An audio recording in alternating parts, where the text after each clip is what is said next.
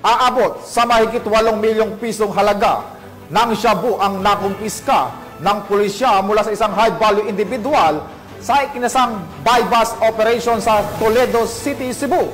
Yan ang tinutukan ni Patrolwoman Blessel Kiss Pidoche.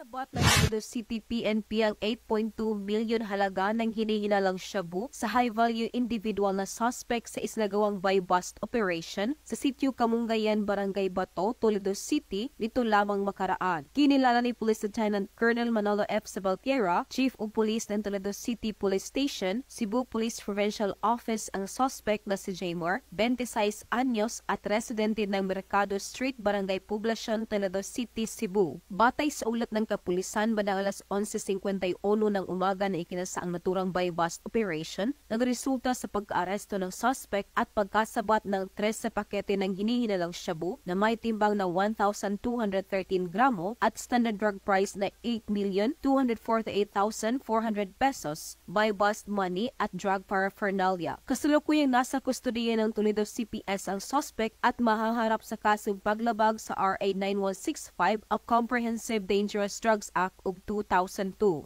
Magandang araw po sa ating lahat, lalo na sa ating taga-subaybay ng ating programa, Police News Network. Ako po si Police Lieutenant Gerardo Tabuada, Deputy Chief of Police ng Toledo City Police Station. Ang operatiba natin sa ilalim ng pamangasiwa ni Police Lieutenant Colonel Manolo F. Sabaltierra, Chief of Police ng Toledo City Police Station, ay nagsasagawa ng buy-bust operation sa sitio Kamungayan, Barangay Bato, Toledo City, kung saan nagresulta sa pagkahuli ng isang high-value individual. Nakumpiska sa posisyon sa suspitsado ay mahigit 1 kilo at 213 na gramo ng suspected shabu na may DDB value na 8,248,400 pesos. Paalala lang ako sa mga kababayan ko dito sa Toledo City na huwag kayong gagamit o magbibita ng illegal na drogas kasi mahuhuli at mahuli rin kayo sa bandang huli. I am Police Colonel Percival Zorilla, the Provincial Director of Cebu Police Provincial Office.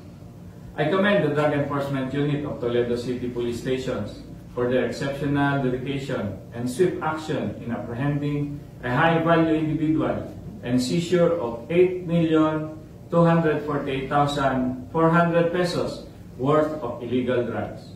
This significant arrest underscores the police force's unwavering resolve to combat drug-related crimes and uphold the rule of law. I applaud their vigilance and commendable efforts in fostering a drug-free and secure community. Mabuhay kamo!